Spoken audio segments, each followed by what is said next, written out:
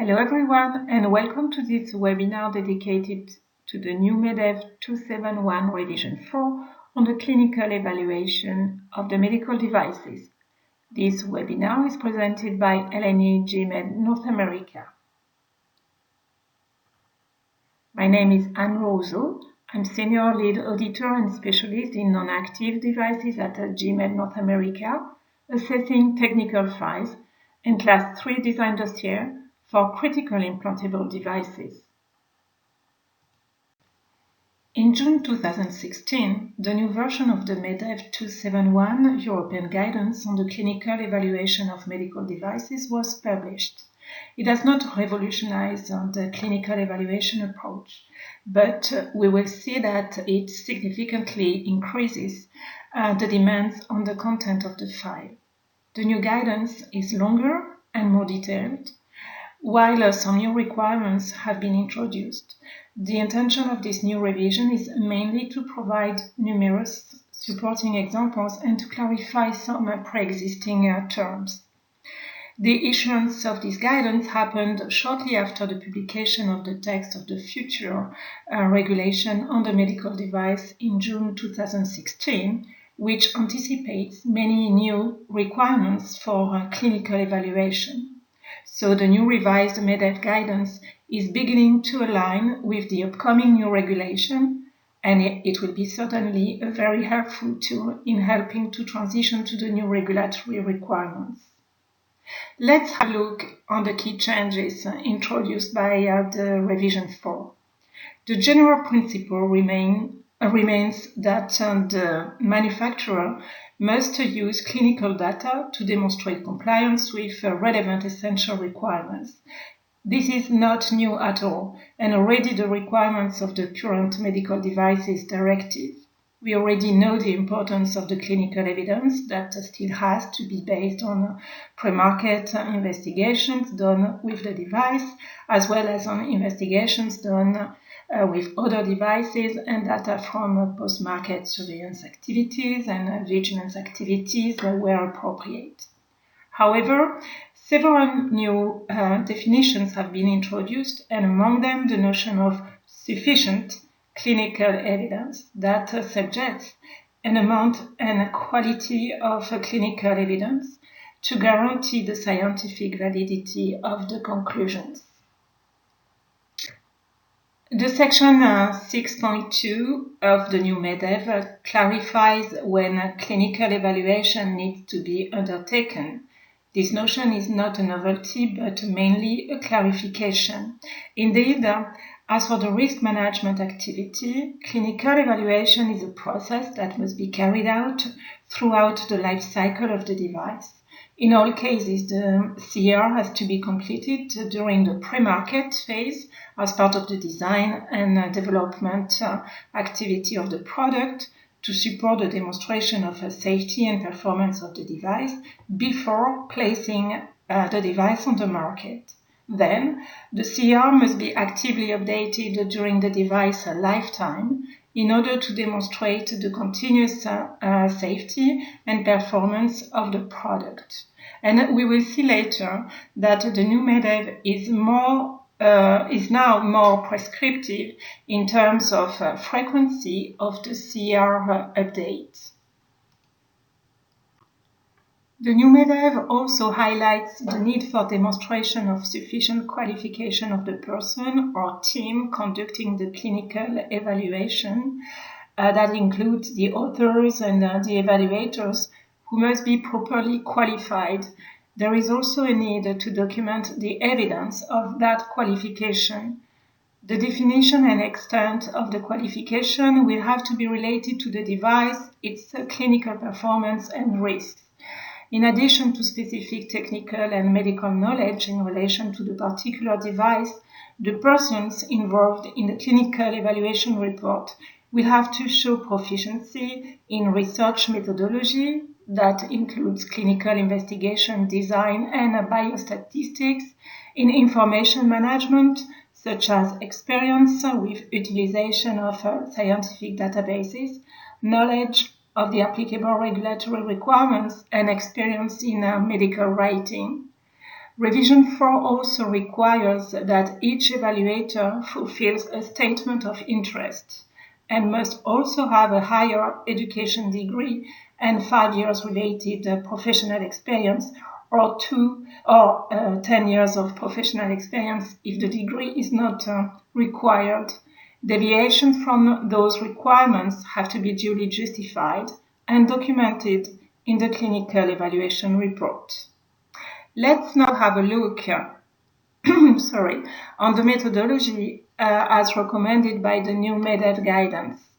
The clinical evaluation is based on a comprehensive analysis of available pre- and post-market clinical data relevant to the intended purpose of the device in question.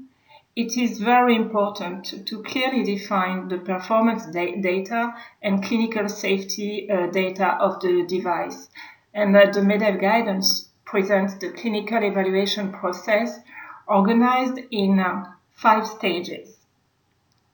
Starting from stage 0, which corresponds to the definition of the scope and the clinical evaluation plan, up to the stage 4, which is the completion of the clinical evaluation report. The CER and the relevant clinical data will constitute the clinical evidence for conformity assessment. And during the course of the clinical evaluation process, some stages are iterative, which is comparable to the risk management process. For instance, the appraisal stage that can uncover new information and raises questions which will need to widen the scope of the evaluation and refine the clinical evaluation plan. Each stage is covered in dedicated section of the MEDDEV guidance and developed in specific appendices. Let's take a moment to go through the different steps for performing the clinical evaluation, and let's see what novelties have been introduced by the new MEDDEV guidance.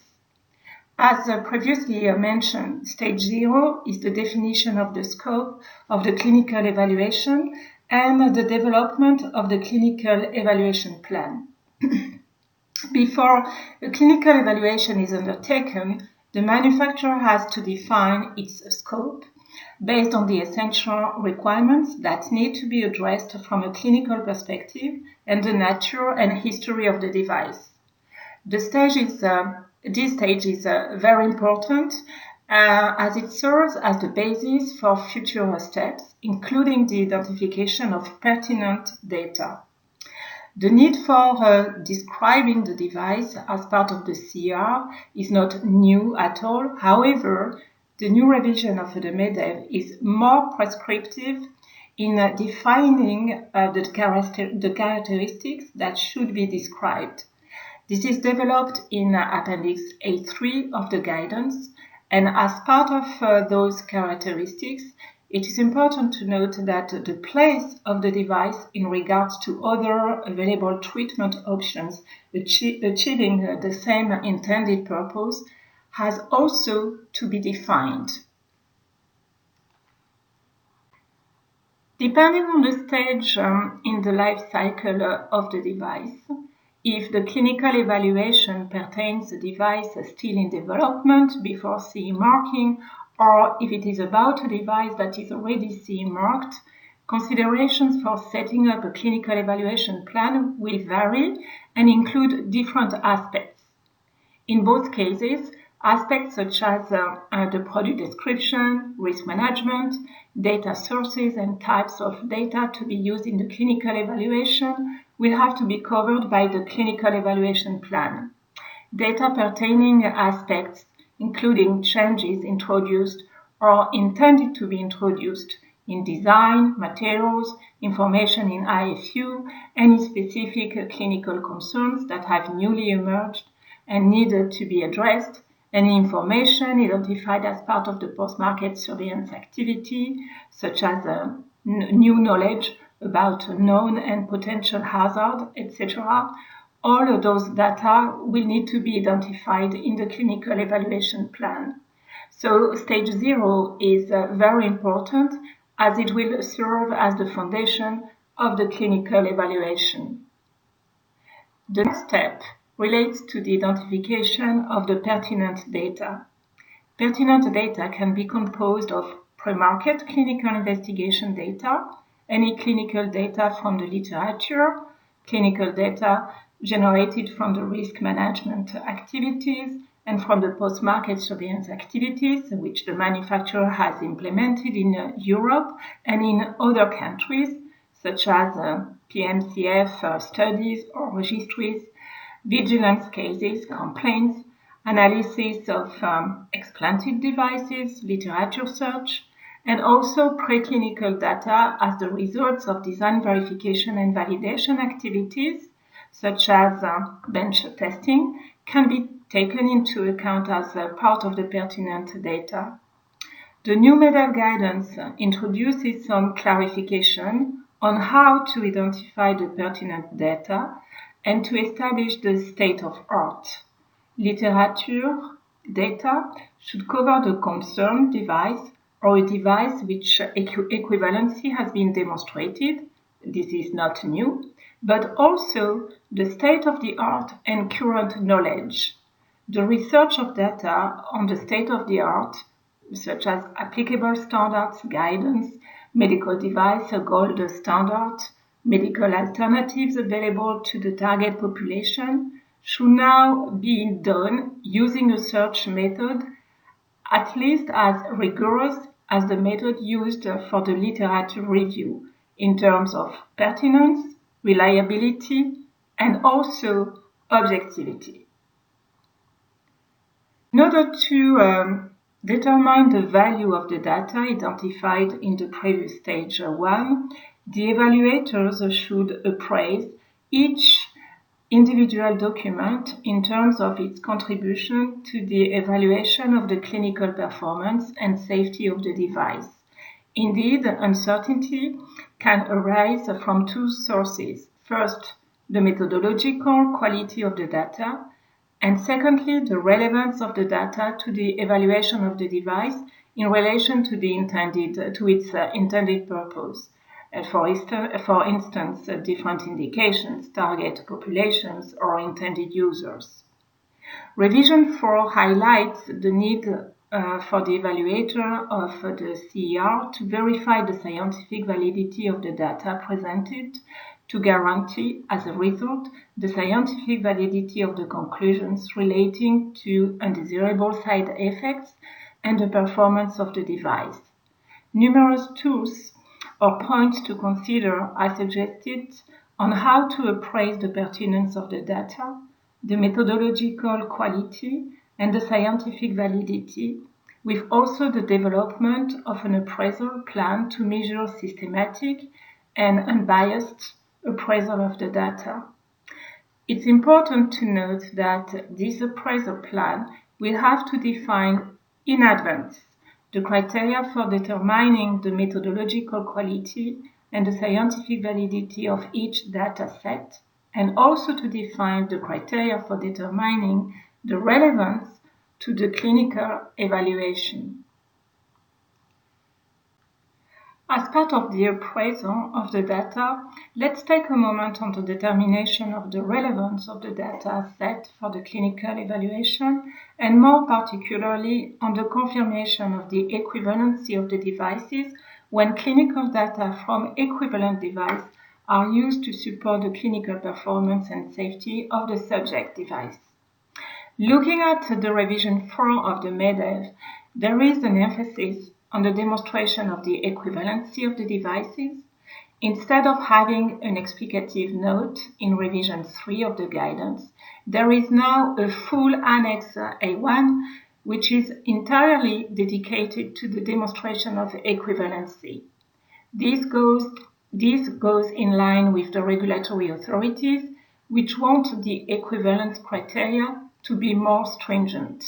The approach is not revolutionized per se, but the methodology must be straightforward and reliable because it is one of the weaknesses we can encounter when assessing the CERs. The criteria to consider, clinical, technological, biological, remain unchanged. but more information on how this should be documented and factors which could affect the demonstration of equivalency is provided. For the technical equivalence, almost the same criteria with the exception of the conditions for use that should be the same versus similar in previous version. For the biological equivalence, same criteria. An exception can be foreseen for devices in contact with intact skin and minor components of devices. In those cases, risk analysis results may allow the use of similar materials, taking into account the role and the nature of the similar material. Although not many differences have been introduced in the criteria used for demonstration of equivalency, if we look closer at the Annex A1 of the new Revision 4, there is a significant information that will certainly bring some challenges in the way the equivalence will be assumed. First, the possibility of equivalence can be made only with one device. No possibility anymore to pick specific comparable features from different devices and to assume that the subject device is comparable due to the combination of several equivalencies. As a result, all the criteria, clinical, technical, and biological, need to be fulfilled with the single device. There is also a definition of the term similar versus same, which means that no clinically significant difference in the performance and safety of the device shall be triggered by the differences identified. All the differences identified in regards to the different characteristics will have to be clearly and fully disclosed and evaluated. A rationale to be documented on how those differences are not expected to significantly affect the clinical performance and the clinical safety of the device under evaluation. The manufacturing methods have to be taken into consideration. It implies that they have to be known for the device taken as reference. Any difference between the subject medical device and the equivalent medical device should be discussed, and the impact on safety and performance data should be assessed. Regarding the design of the device, if measurement are possible, specifications and properties that are clinically relevant should be measured both on the subject device and the device presumed to be equivalent and compared. The new MEDDEV guidance implies the availability of engineering drawings and pictures of the device, subject under evaluation and comparative device in order to compare the shapes and sizes, and all preclinical information has to be discussed and referenced in the clinical evaluation report with a pointer to the technical documentation where the full test reports are available. For the evaluation of the biological characteristics, several recommendations are given in regards to the possibility to use the ISO 10993-18 Annex C to show toxicological equivalence when a chemical characterization of the materials is needed. However, this cannot represent the only information to support the evaluation of the biological criteria. Additional assessment has to be done in regards to impurity profiles that can be affected by the sourcing and manufacturing processes. Some recommendations given in the selection of the animal test and other studies are provided by the new guidance. Finally, the equivalent medical device must be CE marked, used within the same indications as mentioned in the IFU. Exceptions are possible if the equivalent device is not CE marked. However, the regulatory status of the medical device must be specified in the report, with a justification of the choice of the medical device and an analysis of the impact onto the evaluation. Let's move forward to the next step. Stage 3, analysis of the clinical data. The goal of this stage is to determine if the appraised data sets available for a medical device collectively demonstrate the compliance with each of the essential requirements pertaining to the clinical performance and clinical safety of the device, including the balance risk-benefit. Annex 7 specifies that the medical device must have a risk-benefit ratio at least equal to the alternative medical solutions. If this comparison to the state-of-the-art is not available at the time of the pre-commercialization, this should be clearly noted in the IFU. The place of the medical device in the therapeutic strategy should be clearly documented in the CER. Also, the goal is to confirm the accuracy or relevance of the contents of information materials supplied by the manufacturer. That includes the label, IFU of the device, or promotional materials. The third goal of the analysis is to confirm that conclusions are reached about the residual risk and potential unanswered questions. The CER must conclude based on potentially identified gaps, the need to initiate clinical investigations or implement other appropriate measures. Appendix A2 explains where clinical investigations must be carried out, and the assessment should highlight the residual risk and unresolved issues that need to be assessed through the post-market clinical follow-up. The completion of all those stages will be documented in the clinical evaluation report. The CER summarizes and draws together the evaluation of all the relevant clinical data documented or referenced in other parts of the technical documentation. The CER and the relevant clinical data constitute the clinical evidence for conformity assessment. We need to keep in mind that the content of the CER has to contain sufficient information to be assessed by a third party that could be a notified body or a competent authority. As a result, it has to provide sufficient detail for understanding the search criteria adopted by the evaluators, the data that are available, all assumptions made, and all conclusions reached. The CER has to outline the different stages as previously described.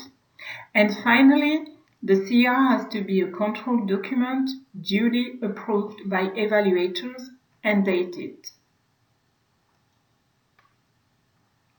As mentioned at the beginning of this presentation, the clinical evaluation is a process that must be carried out throughout the life cycle of the device. In accordance with the current directives, the clinical evaluation and the clinical evaluation report must be actively updated with data obtained from post-market surveillance. The objective is to demonstrate the continuous safety and performance of the device during its lifetime. In terms of frequency of updates of the CER, the new MEDDEV guidance requires the manufacturer to define and justify the frequency at which the clinical evaluation needs to be actively updated while considering whether the device carries significant risk, whether the device is well established, whether there are risks or unanswered questions in the medium or long term that would influence the frequency of updates. The CER has to be actively updated when the manufacturer receives new information from post-market surveillance that has the potential to change the current evaluation. If no such information is received, then the clinical evaluation must be updated at least annually if the device carries significant risk or is not yet well established, or every 2 to 5 years if the device is not expected to carry significant risk and is well established. A justification should be provided. When updating the clinical evaluation, the evaluators should verify if the ratio, benefit-risk profile, side effects, and risk mitigation measures are still compatible with a high level of protection of health and safety and acceptable regarding to current state of the art, if they are correctly addressed in the information materials and in the current post-market surveillance plan, if the existing claims are still justified, and if new claims are intended to be used, justification should be also verified. It's important to note that while a clinical evaluation requires data from post-market surveillance activities, it also generates new information that have to be fed into the post-market surveillance and risk management process. Clinical evaluation can therefore result in changes to the manufacturer's risk management documents, instruction for use, and post-market surveillance activities.